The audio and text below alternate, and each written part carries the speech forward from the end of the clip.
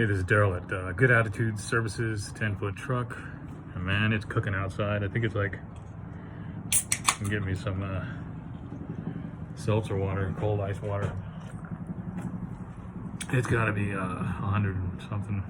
Tomorrow's gonna be 103, or no, I think 103 on Saturday, 104 on Sunday. Today I went early. I did just a delivery out to the lake. Real nice place, nice area. The customer was awesome. She's probably gonna she was really impressed with how this is one thing I always do is when I do commit to a job, I make sure that I'm communicating the whole way. Make sure that you're giving them an ETA, estimated time of arrival. Since this was like a Craigslist or this was like a buyout, I don't know if it's Facebook or whatever, when or offer up, it was buying equipment and then having it delivered. So I communicated with that customer, with her, and set up the times. They gave me a window, and I was very prompt about getting back to them and giving them ETAs. She was really impressed with that. So that alone helped for getting repeat customers. So that was a great job. And lucky I did it early when it wasn't so hot. Right now it's really cooking. Now I have another load up on Saturday, and that's going to be a mattress removal. And then I just got a call today for a pretty decent moving help job, moving labor job, and then also got a call for doing a storage job. So between the moving labor, storage, mattress removal, and delivery. So that's everything that I do in my service. I do removals, deliveries, and moving labor, storage cleanouts, and that.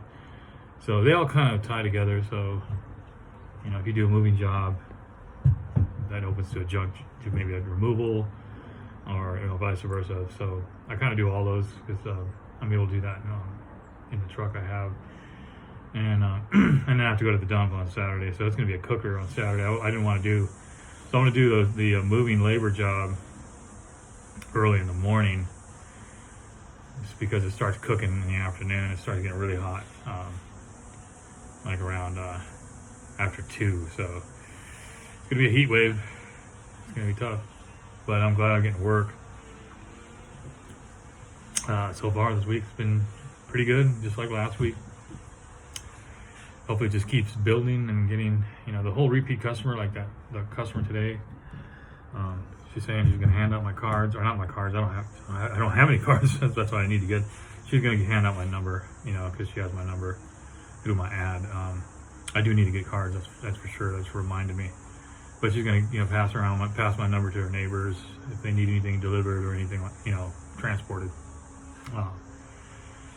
Just got to keep building those repeat customers, and by being prompt and communicating, that's the key. And making sure that you take care of their equipment, make sure it's blanketed when you're delivering it. It's a junk job, you don't have to do that, but just being neat and sweeping up after you. Like if you're doing a junk removal, sweeping up after and getting, making it clean and making it professional. But really communicating, and the whole time, giving them the ETA when you're going to be there, being there on time, or if you're going to be late, let them know that you're going to be late. That really impresses people, because a lot of companies, a lot of service providers are very lax on that kind of thing. They don't really communicate well, and communication, I think, is the future. It's like whatever you're doing, whatever service you're offering, or whatever job, if you can communicate properly and you can communicate and organize your time properly, you're going to be the winner, or you're going to be the one that's going to stand out from the rest. Even if that person is better at their job, or more whatever, more talented in this position or whatever they're doing, if you can communicate properly, and that can really, I think that, in my opinion, I think it makes you stand out in the crowd. A lot of these companies, they have great marketing, great,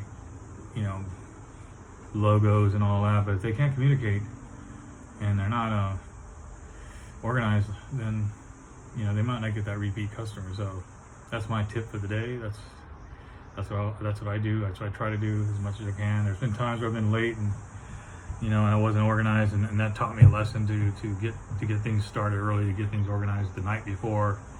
Make sure analyze it in your head, see what you need, what tools, have all those tools ready, have everything ready so that you can just get in the truck, get down there, get there just on time, and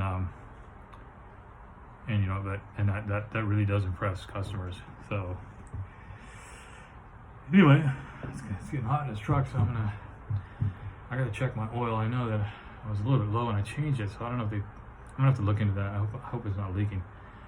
I always make sure, that's another thing, make sure you check your oil every time you take a trip, because and I always check my the hoses, the belts. I look at everything, and I do an inspection, the tires, kind of look around, make sure everything, the lights, all that, so when you go, less likely you're gonna have something happen on the way to the job, and if something is wrong, you can communicate to the customer that you're gonna have to take care of something with your vehicle or something like that. So I gotta do that today, and get inside the house and turn up the air conditioning.